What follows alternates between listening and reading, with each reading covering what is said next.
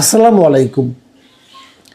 প্রিয় দর্শক, নির্বাচনে বিএনপি জিতে গেছে, এটা আপনারা সবাই জানেন। বিএনপির এই জয় জামাতও মেনে নিয়েছে, কারণ বিএনপির সঙ্গে জামাতের ভোট প্রাপ্তি অথবা আসন প্রাপ্তির পার্থক্য এত বেশি, না মেনে আসলে তেমন কিছু করার নেই। বিএনপি এককভাবে নিরঙ্কুশ সংখ্যাগরিষ্ঠতা অর্জন করেছে, মানে তারা 200-রও বেশি আসন পেয়েছে।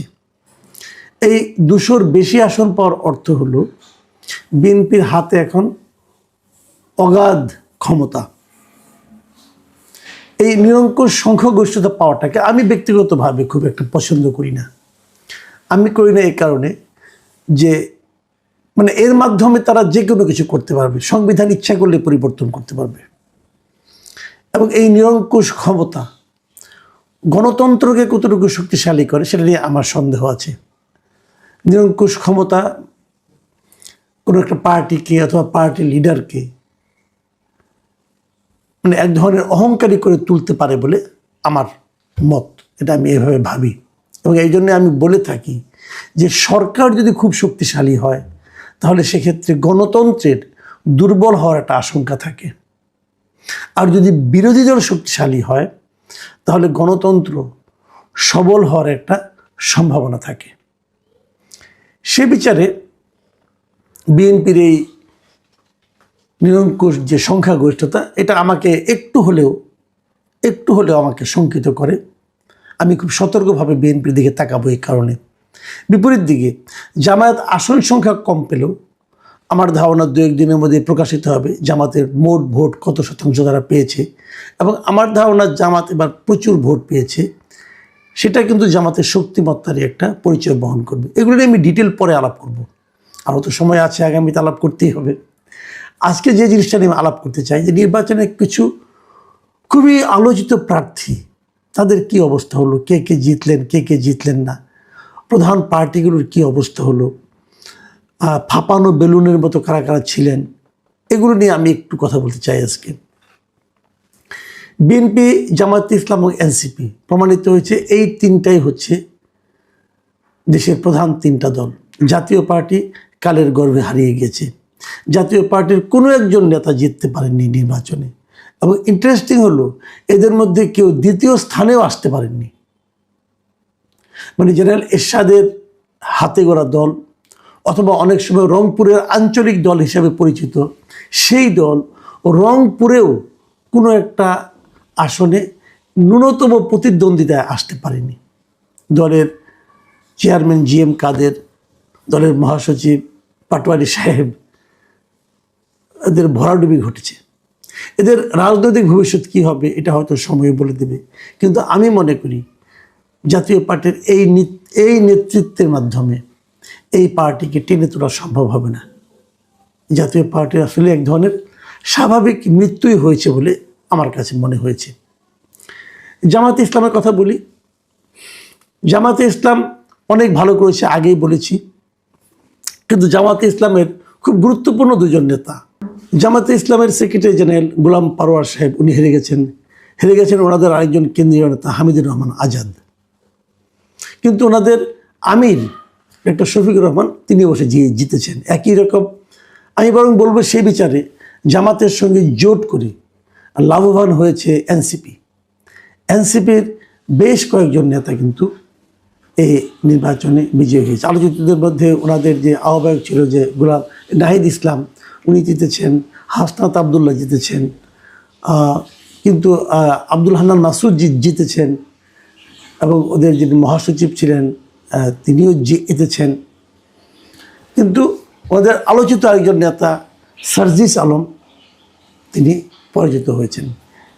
জামাতে ইসলামের ক্ষেত্রে একটা বিষয় আমি খুব ইন্টারেস্টিং মনে করেছি, সেটা হলো বাগেরহাট থেকে ওনাদের একজন প্রার্থী ছিল, ওনাদের হিন্দু অধ্যুষিত এলাকায় একজন প্রার্থী ওনারা দিয়েছিলেন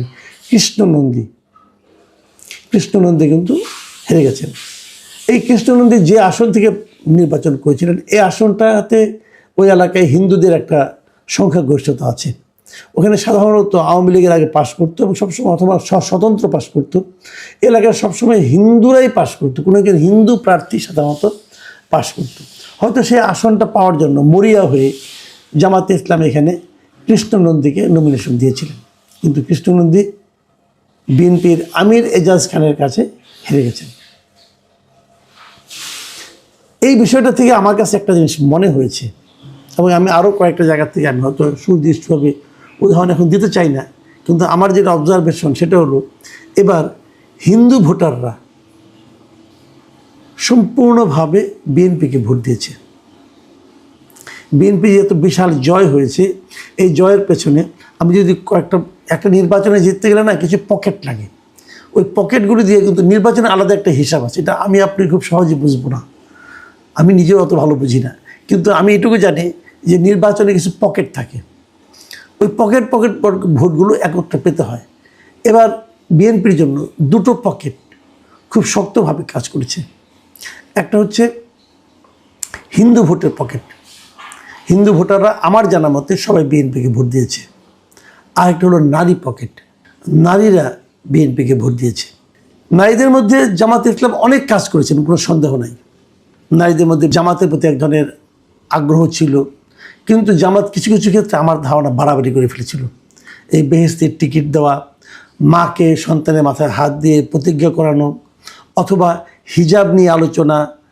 সর্বশেষ সাতক্ষীরার এক নেতা উনি বলে বসলেন যে মাহারাম ছাড়া নারীরা কাজেও যেতে পারবে না, এটা একদম ড্যামেজিং হয়ে গেছে আমি মনে করি সারা দেশে। শফিকুর রহমান সাহেবের নারীর কর্মঘণ্টাকে কমিয়ে আনার কথা বলা, এগুলো নারীদেরকে আসলে আর আগ্রহী করে তোলেনি জামাতের প্রতি। মেয়েদের বিভিন্ন বিশ্ববিদ্যালয়ে মেয়েদের হলে শিবিরের যে জয় ছিল, সেই জয়ের ফর্মুলা কিন্তু এখানে আর খাটেনি। এবং হিন্দু ভোটাররা বরাবরই সাধারণত মনে করা হয় তারা আওয়ামী লীগকে ভোট দেয়, কিন্তু এবার যেহেতু আওয়ামী লীগ রাজনীতিতে নেই, এ কারণে কিনা জানি না, তবে আমার ধারণা তারা তাদের দল পরিবর্তন করেছে। আগামীতে আওয়ামী লীগ আসলেও ক্ষমতায়, আওয়ামী লীগ যদি কোনো রাজনীতিতেও আসে, ক্ষমতা আসা দূরে থাক, আমার ধারণা হিন্দু ভোট যে এই যে বিএনপিতে এলো, এটা খুব শিগগিরই আবার এখান থেকে শিফট হবে এরকমটা আমি আসলে মনে করি না। মুক্তিযুদ্ধ ইস্যু নিয়ে বলি, জামাতের পরাজয়ের পেছনে কিন্তু এই মুক্তিযুদ্ধ ইস্যুটা একটা বড় ঘটনা। মুক্তিযুদ্ধ ইস্যু নিয়ে কিন্তু নানা ধরনের ঘটনা ঘটেছে, এবং এই ঘটনাগুলো আমি মনে করি এবারে নির্বাচনে সবচেয়ে আলোচিত যে দুটো বিজয় ছিল আমার বিবেচনায় এই দুজনই ছিল। একটা হলো ব্রাহ্মণবাড়িয়ার স্বতন্ত্র প্রার্থী ছিলেন রুমিন ফারহানা, বিএনপি থেকে বহিষ্কৃত। আরেকজন অ্যাডভোকেট ফজলুর রহমান, সাবেক ছাত্রনেতা, এবং মুক্তিযুদ্ধ নিয়ে ওনার যে দৃঢ় অবস্থান ছিল পুরোটা সময়, এই দুটো কিন্তু খুবই আলোচিত ছিল আমার ধারণা। রুমিন ফারহানা ব্রাহ্মণবাড়িয়ার প্রার্থী ছিলেন, কিন্তু সেখানে উনি সারা সময় বিগত বছরগুলোতে আমরা দেখেছি যিনি বিএনপির হয়ে রাজনীতি করেছেন, বিএনপির হয়ে কথা বলেছেন, টকশোতে ছিলেন, এবং সংসদে উনি বিএনপির মনোনীত প্রার্থী হিসাবে বেশ আলোড়ন তুলেছেন। সেই রুমিন ফারহানাকে কিন্তু এবার বিএনপি মনোনয়ন দেয়নি, না দিয়ে সেখানে তাদের জোটের একজন প্রার্থীকে দিয়েছিল, জুনায়েদ হাবিবকে। রুমিন ফারহানা স্বতন্ত্রভাবে নির্বাচন করেছেন, এবং স্বতন্ত্রভাবে নির্বাচন করেও উনি এখানে বিশাল ব্যবধানে, প্রায় 38,000 ভোটের ব্যবধানে উনি বিজয়ী হয়েছেন। বাংলাদেশে মানে স্বতন্ত্র হিসাবে কোনো নারীর এই নির্বাচনে এটি একমাত্র বিজয়। আর বিপরীত দিকে দেখেন, শেখ হাসিনার পতনের পর মুক্তিযুদ্ধ ইস্যুতে যে রাজনীতিবিদ শক্ত হয়ে দাঁড়িয়েছিলেন তিনি হচ্ছেন অ্যাডভোকেট ফজলুর রহমান, একসময়কার বিশাল ছাত্রনেতা।